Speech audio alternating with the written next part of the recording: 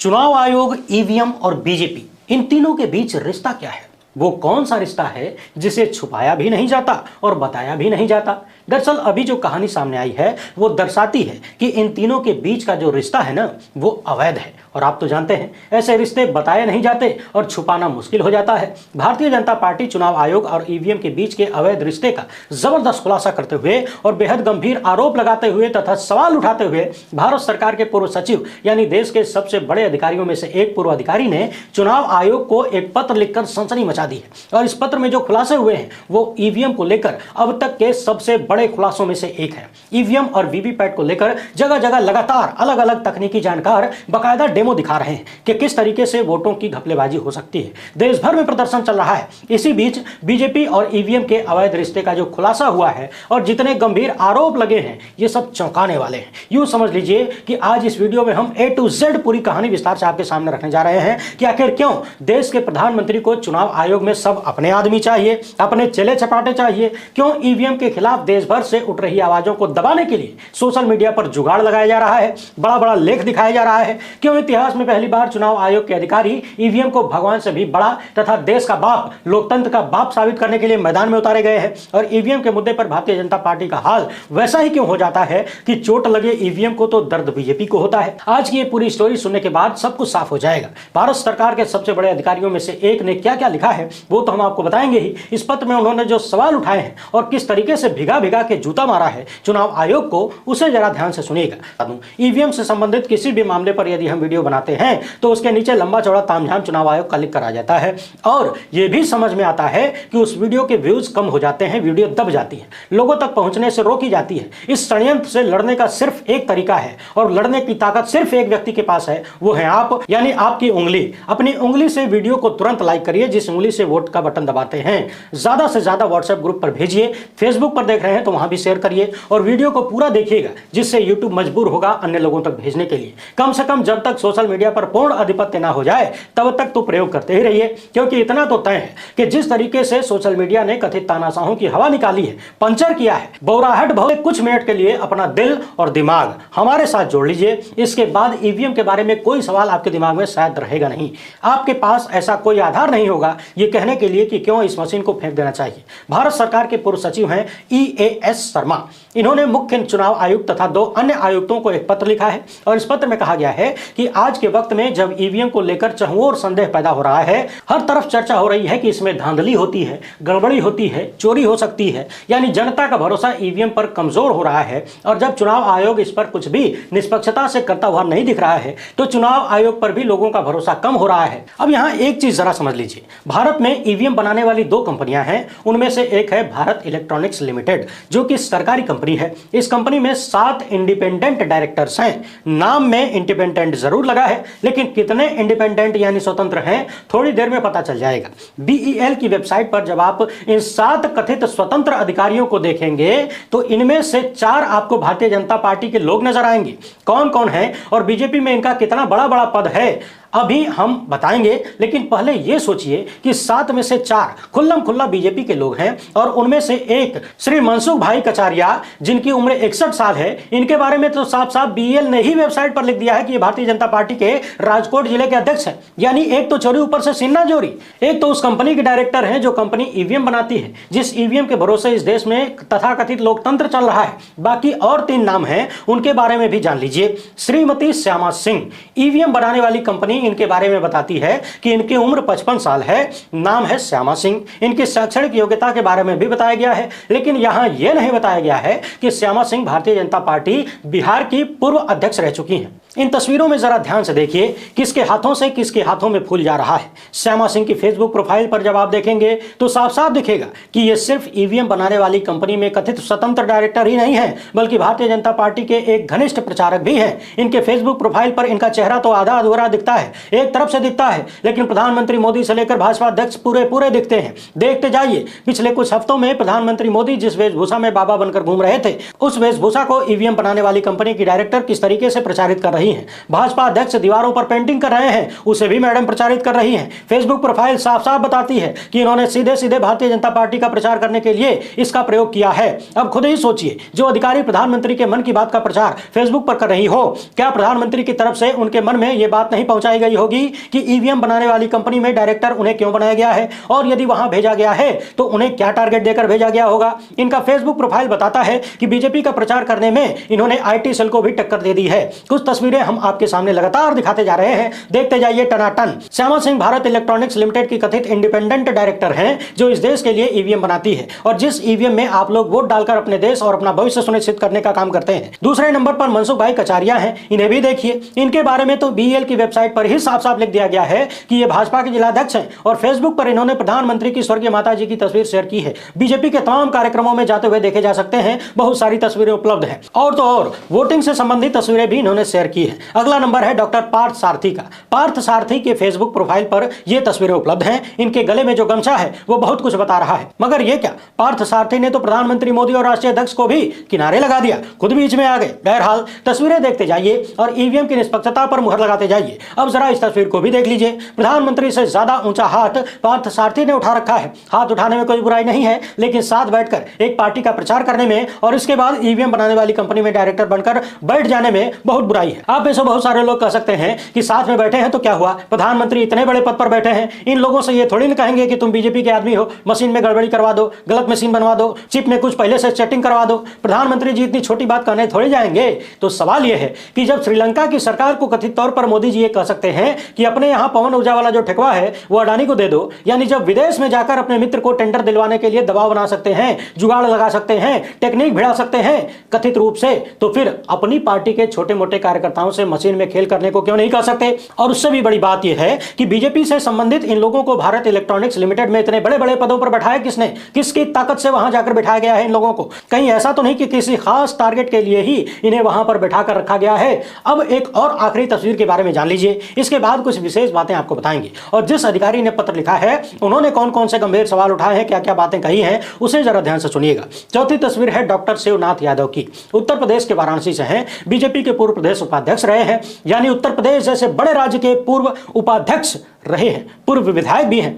और इन्होंने तो साफ साफ फेसबुक प्रोफाइल पर लिख रखा है स्वतंत्र निदेशक भारत इलेक्ट्रॉनिक्स रक्षा मंत्रालय भारत सरकार। नाम में स्वतंत्र है, स्वतंत्रता बस इतनी ही समझ लीजिए, क्योंकि यदि इन लोगों को स्वतंत्र शब्द से कोई भी सहानुभूति होती तो शायद इन पदों को ग्रहण ही ना करते। इनके प्रोफाइल में ही देखिए कौन कौन दिख रहा है, एक ही चेहरा एक ही नाम। फेसबुक पर इन्होंने प्रधानमंत्री को विश्व का सबसे लोकप्रिय नेता तथा आधुनिक और शक्तिशाली भारत के निर्माता यशस्वी प्रधानमंत्री लिखा है। अच्छी बात है, लिखने में कोई बुराई नहीं है, समर्थकों को लिखना चाहिए, अपने नेता की बड़ाई करनी चाहिए, तभी तो ऊंचा पद मिलेगा। लेकिन भाजपा का पूर्व विधायक और पूर्व उपाध्यक्ष रहकर बीईएल में कथित स्वतंत्र डायरेक्टर बनना, इसमें बहुत बड़ी बुराई है, बहुत बड़ी बुराई है। फेसबुक पर इन्होंने कुछ अन्य तस्वीरें भी शेयर की हैं, इन्हें भी देखिए। इस तस्वीर में आपको कई लोग एक साथ दिख जाएंगे, कुछ अन्य लोग भी हैं, लेकिन कई स्वतंत्र डायरेक्टर एक साथ स्वतंत्रता का आनंद ले रहे हैं। यानी भारत इलेक्ट्रॉनिक्स लिमिटेड के जो 7 इंडिपेंडेंट डायरेक्टर हैं उनमें से 4 का खुल्लम खुल्ला पूरा ब्यौरा सामने दिख रहा है कि ये लोग कितने भीतर तक भारतीय जनता पार्टी से जुड़े हैं, कितने बड़े बड़े पदों पर हैं या रह चुके हैं, और इनका कनेक्ट सीधे सीधे देश के प्रधानमंत्री से है। अब सवाल यह है कि भारत का चुनाव आयोग जिस कंपनी से मशीन ले रहा है, क्या उसे पता नहीं है कि इस कंपनी में डायरेक्टर कौन कौन है? और अगर उन्हें पता नहीं है तो भारत सरकार के ही पूर्व अधिकारी EAS शर्मा काफी दिनों से चुनाव आयोग को इस बारे में बता रहे हैं, लेकिन चुनाव आयोग कान में कड़वा तेल डालकर सो रहा है, उसे इन चीजों से कोई फर्क ही नहीं पड़ता। पूर्व सचिव ने अपने पत्र में लिखा है कि मैंने पहले भी आपको यह बताया कि कम से कम 4 भाजपा के लोग BEL के बोर्ड में स्वतंत्र निदेशक के रूप में बैठे हैं। ये लोग उस कंपनी में बैठे हैं जिस कंपनी का जुड़ाव इलेक्ट्रॉनिक्स वोटिंग मशीन को विकसित करने में सॉफ्टवेयर में गंभीरता से है। इसका मतलब साफ है कि जो कंपनी ईवीएम बनाती है उसमें भाजपा का महत्वपूर्ण शिकंजा है, और इससे यह साफ साफ प्रदर्शित होता है कि बीजेपी ईवीएम बनाने के सारे कामकाज पर निगरानी रखती है। और आप लोग अक्सर सुनते होंगे चुनाव आयोग एक गुप्त एन्क्रिप्टेड सोर्स कोड का हवाला देता है, और सोर्स कोड मांगने पर किसी को बताया नहीं जाता है, कहा जाता है वो गुप्त है। कहा गया है कि ईवीएम में सबसे महत्वपूर्ण चीज यही होता है। इसका निर्माण भी यही कंपनी करती है जिस कंपनी में भाजपा के लोग भरे पड़े हैं। इनका कहना है कि मैंने आपको इस बारे में जानकारी दी, लेकिन इसके बावजूद आप कोई कार्रवाई नहीं करते, इन लोगों को हटाते नहीं है। इससे पता चलता है कि तराजू का पलड़ा बीजेपी की तरफ झुका नहीं बल्कि लटक गया है। इस पत्र में इन्होंने ये भी कहा है कि मेरा किसी भी तरीके से मनसुख भाई पर कोई सवाल उठाने का इरादा नहीं है, लेकिन क्या चुनाव आयोग को भाजपा के एक महत्वपूर्ण पदाधिकारी को बीईएल के स्वतंत्र निदेशक के रूप में नामित करना आपत्तिजनक नहीं लगता, जबकि कंपनी का अधिनियम कहता है कि एक स्वतंत्र डायरेक्टर को कंपनी के मामलों के प्रबंधन में महत्वपूर्ण भूमिका निभानी चाहिए। और मौजूदा मामले में, इस मामले में यह विशेष कंपनी ईवीएम के निर्माता और आपूर्ति से निकटता से जुड़ी हुई है, खासकर ऐसे समय में जब ईवीएम और उसमें कथित हेराफेर की आशंकाएं और इसकी आलोचना बढ़ रही है, तब तो और भी ज्यादा चिंताजनक है। आपको याद होगा हमने हाल ही में बताया था कि किस तरीके से चुनाव आयोग अपने सैकड़ों अधिकारियों को उतारकर शहर शहर में लोगों के बीच भेज रहा है कि जाओ भैया, लोगों को बताओ कि ईवीएम एकदम निष्पक्ष है, इसमें कोई गड़बड़ी नहीं होती है, भगवान से भी ज्यादा मजबूत इसका सील है, कोई तोड़ नहीं सकता। और दूसरी तरफ ईवीएम बनाने के काम में जो कंपनी है उसमें बीजेपी के लोगों को ठूस ठूस कर भरकर रखा गया है। पूर्व सचिव ईएस शर्मा ने साफ साफ ये लिखा है कि चुनाव आयोग और उसके अधिकारी जिस तरीके का रवैया अपना रहे हैं यह सीधे सीधे संदेह के घेरे में है। आगे उन्होंने कुछ महत्वपूर्ण सवाल उठाए हैं, उन्हें जरा ध्यान से सुनिएगा। इन्होंने लिखा है कि ये विडंबनापूर्ण है कि ईवीएम के खिलाफ उठाए गए सवालों पर फिर से विचार करने की बजाय, सहमत होने की बजाय चुनाव आयोग इसका बचाव करने के दूसरे चरम पर चला गया है, यानी और आगे बढ़ गया है बचाव करने के चक्कर में। यहां तक कि ईवीएम को देवता भी घोषित कर दिया गया है। और चुनाव आयोग ने इस हकीकत से अपनी आंखें बंद कर ली है कि दुनिया के कई महत्वपूर्ण देशों ने ईवीएम का उपयोग बंद कर दिया है। हमारे सामने ईवीएम की खराबी के तमाम मामले आए हैं, और जब चुनाव आयोग वीवीपैट की पर्चियों से मिलान करने से इनकार कर देता है तब सार्वजनिक चिंता और बढ़ जाती है। आयोग स्वयं ये बात स्वीकारता है कि बिना टोटलाइजर के ईवीएम का उपयोग हो रहा है। अब पहले उन 4 सवालों को सुन लीजिए जो इन्होंने चुनाव आयोग के बड़े अधिकारियों से पूछा है, इसके बाद पूरी कहानी को निचोड़ा जाएगा। भारत सरकार के पूर्व सचिव ने पूछा है कि बीईएल की वेबसाइट पर भाजपा के सदस्य के रूप में श्री कचारिया की पृष्ठभूमि को गर्व से प्रदर्शित किया जा रहा है, जो कि सत्तारूढ़ राजनीतिक कार्यपालिका और बीईएल के कामकाज के बीच जो विभाजन रेखा होनी चाहिए, जो अलगाव होना चाहिए, उसको धुंधला करता है। यानी सत्ताधारी दल से जुड़े हुए लोगों को अलग रखना चाहिए तथा राज्य की जो व्यवस्था है वो अलग होनी चाहिए, जबकि इस मामले में ऐसा नहीं है और संविधान के अनुच्छेद 12 के तहत ये बिल्कुल ठीक नहीं है। दूसरे पॉइंट में इन्होंने लिखा है कि चुनाव आयोग पूरी तरह से बीईएल पर भरोसा करता है और बीईएल ने अपने सोर्स कोड को एक खुले तथा स्वतंत्र ऑडिट करवाने से इनकार कर दिया, जिसकी वजह से देश में ईवीएम का प्रयोग करने के तरीके और हेरफेर के प्रति उसकी संवेदनशीलता के बारे में जनता की चिंताओं को और बढ़ाता है। और तीसरे पॉइंट में इन्होंने लिखा है कि मुझे सबसे अधिक परेशान करने वाली बात यह लगी है कि आयोग स्पष्ट रूप से एक संवैधानिक प्राधिकारी के रूप में और स्वतंत्र तथा निष्पक्ष तरीके से चुनाव कराने के संरक्षक के रूप में अपनी भूमिका को पूरी तरह से महसूस ही नहीं कर रहा है। अब चुनाव आयोग को चाहिए कि वो खुले तौर पर एक पार्टी बन जाए। सत्ताधारी राजनीतिक कार्यकारिणी ने बीईएल के मामलों को चलाने के लिए अपने 4 प्रतिनिधियों को शामिल किया है। क्या इसका मतलब ये नहीं है कि चुनाव आयोग अब खुद को एक स्वतंत्र संवैधानिक प्राधिकरण नहीं मानता? यानी इनका कहना है कि जब आपने बीजेपी के लोगों को ईवीएम बनाने वाली कंपनी में इस तरीके से खुलेआम बैठने की अनुमति दे दी है तो चुनाव आयोग को बीजेपी का कार्यालय घोषित कर दीजिए। आगे इन्होंने लिखा है कि इस मामले में 1 साल से अधिक का समय हो गया चुनाव आयोग को बताए हुए, लेकिन चुनाव आयोग ने कोई कार्यवाही करने की बजाय चुप्पी साध ली और बीजेपी, चुनाव आयोग और बीईएल के बीच जो गठजोड़ दिख रहा है, चुनाव आयोग साफ साफ उसी पक्ष में खड़े होते हुए दिख रहा है। इससे ईवीएम तथा आयोग की विश्वसनीयता में कमी आएगी। आगे इन्होंने लिखा है कि यदि चुनाव आयोग को अनुच्छेद 324 के तहत अपनी भूमिका के प्रति कोई सम्मान है और वो वास्तव में चुनावी प्रक्रिया की अखंडता को बनाए रखने के बारे में चिंतित है तो उसे देर सही इस पर सफाई देनी चाहिए और संबंधित अधिकारियों को पार्टी के निदेशक पद को रद्द करने का निर्देश देना चाहिए। सुन लिया आपने? बचपन में हमें एक कहानी सुना करते थे कि कोई राजा था जिसने किसी को दान करना चाहा तो उस व्यक्ति से कहा कि खड़े होकर तुम्हारी नजर जहां तक जा रही है सब तुम्हारा। क्या अब वो वक्त नहीं आ गया है कि जब प्रधानमंत्री मोदी को देश की जनता से कह देना चाहिए कि अपनी नजर दौड़ाओ चारों तरफ, जहां तक तुम्हारी नजर जाएगी और जहां नहीं भी जाएगी वहां भी सब कुछ हमारा। आए दिन 70 साल का हिसाब मांगने वालों से जरा पूछना चाहिए कि क्या इतिहास में उन्होंने इस तरह का उदाहरण कभी देखा था? ईवीएम मशीनें कांग्रेस की सरकारों में भी प्रयोग की गई, लेकिन क्या ऐसा सवाल कभी उठा कि ईवीएम बनाने वाली कंपनी में डायरेक्टर के पद पर कांग्रेस के लोगों को घुसा कर रखा गया है? जब देश का सुप्रीम कोर्ट चुनाव आयोग के आयुक्तों को लेकर कोई फैसला देता है कि आयुक्तों का चुनाव सुप्रीम कोर्ट, विपक्ष के नेता और प्रधानमंत्री मिलकर करेंगे, तब प्रधानमंत्री और उनकी सरकार इस कदर बौखला जाती है कि ताबड़तोड़ सुप्रीम कोर्ट के फैसले को पलट दिया जाता है। और मोदी सरकार का वो एक फैसला ही ये बताने के लिए काफी है कि देश के प्रधानमंत्री लोकतंत्र तथा स्वतंत्र चुनाव में कितना विश्वास रखते हैं। उन्होंने सुप्रीम कोर्ट के फैसले को पलट दिया और जो व्यवस्था बनाई उसमें चुनाव आयुक्त वही होगा जिसे प्रधानमंत्री चाहेंगे। और पिछले दिनों आपने लगातार देखा, राष्ट्रपति से लेकर उपराष्ट्रपति तक तथा अलग अलग राज्यों में मुख्यमंत्रियों तक हर एक पद पर वही बिठाया जाता है जो उनकी इच्छा अनुसार होता है। और बैठने के बाद कौन क्या करता है या कर पाता है ये आप सबके सामने है। जब यहां तक आरोप लगते हों कि देश की राष्ट्रपति से कौन मिलेगा, कौन नहीं मिलेगा, कौन मिलेगा तो कितनी देर के लिए मिलेगा,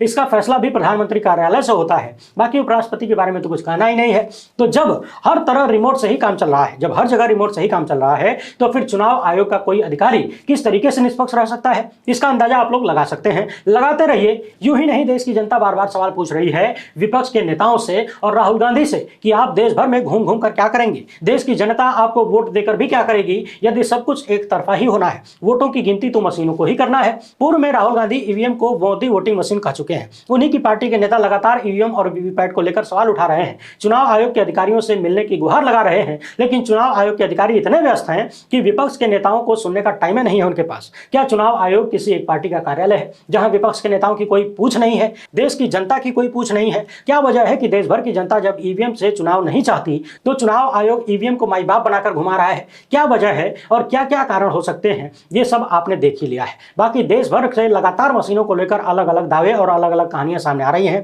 देखते जाइए क्या क्या निकल कर आता है और बेशर्मी की और कौन सी पराकाष्ठा को छुआ जाता है। पिछले दिनों हमने यूट्यूब पर एक सर्वे कराया था। लोगों से हमने सवाल किया था कि 2024 के लोकसभा चुनाव में आप किस माध्यम से वोट करना चाहते हैं। 75,000 से अधिक लोगों ने इस पर वोट किया, जिनमें से 97% लोगों का कहना है कि वोट पेपर बैलेट से होना चाहिए, ईवीएम से नहीं। और 100 में से मात्र 3 लोग ईवीएम पर भरोसा करते हैं। मगर फिर भी 3 लोगों की आवाज पर ही देश का लोकतंत्र चलने को मजबूर होता जा रहा है। शायद इन 3 में से पहला तो चुनाव आयोग होगा, दूसरा होंगे देश के प्रधानमंत्री और भारतीय जनता पार्टी, तीसरा इस देश की सुप्रीम कोर्ट जो सन्नाटा मार के सब कुछ होने दे रहा है। एक तरफ देश की जनता जो ईवीएम के मामले पर नाराज होती जा रही है, बौखलाई जा रही है, और दूसरी तरफ तमाम विपक्षी दल हैं जो इस पर स्पष्ट रूप से सामने नहीं आ रहे हैं। बाकी भारतीय जनता पार्टी तो ईवीएम के सपोर्ट में रहेगी ही। यह अलग बात है कि सबसे पहले ईवीएम का विरोध बीजेपी के लोगों ने ही किया था। बाकायदा इन लोगों ने किताब लिख दी थी कि ईवीएम के भरोसे चुनाव होगा तो लोकतंत्र खतरे में हो सकता है। लेकिन जब खुद सत्ता में आए तो ईवीएम माई बाप लग रहा है। कुल मिलाकर कहना बस इतना है कि ईवीएम में गड़बड़ी होती है कि नहीं, लाखों की संख्या में ईवीएम गायब है, उसका कहीं दुरुपयोग होगा कि नहीं, होता है कि नहीं, ये मुद्दा नहीं है। मुद्दा ये भी नहीं है कि ईवीएम में हेराफेरी हुई कि नहीं, होगी कि नहीं। मुद्दा यह है कि देश की जनता को इस मशीन पर भरोसा है कि नहीं। और अभी की परिस्थितियां जो हैं वो साफ साफ बता रही हैं कि देश की जनता को इस व्यवस्था पर भरोसा नहीं है। देश में एक बड़ी आबादी है, बड़ी संख्या है जिन्हें इस पर भरोसा नहीं है, बीजेपी समर्थकों को छोड़कर। और बीजेपी समर्थकों को ईवीएम पर भरोसा क्यों है, अभी हमने पूरी वीडियो में आपको दिखाया है। शायद इसीलिए उनको भरोसा बढ़ रहा होगा। तो मुद्दा ये नहीं है कि ईवीएम से छेड़खानी होती है कि नहीं, होगी कि नहीं, पूर्व में हुई कि नहीं। मुद्दा सिर्फ एक है कि इस देश की जनता को ईवीएम पर भरोसा है कि नहीं, क्योंकि ये देश इस देश की जनता का है, किसी नेता का नहीं, किसी पार्टी का नहीं। और जनता के विचारों को देखकर इसे तत्काल प्रभाव से हटा लेने की ही जरूरत है यदि लोकतंत्र को बचाकर रखना है तो। अन्यथा साफ साफ तानाशाही की घोषणा कर देने में कोई बुराई नहीं है। हम लोग भी अपना बोरिया बिस्तर बांधकर बैठ जाएंगे, चाट पकौड़ा की दुकान खोल लेंगे। अंधभक्त लोग हमारी रोजी रोटी की चिंता बिल्कुल न करें। और वीडियो को समाप्त करने से पहले आप सभी से एक बार फिर से अनुरोध है कि ज्यादा से ज्यादा लोगों तक पहुंचाइएगा, लाइक जरूर करें।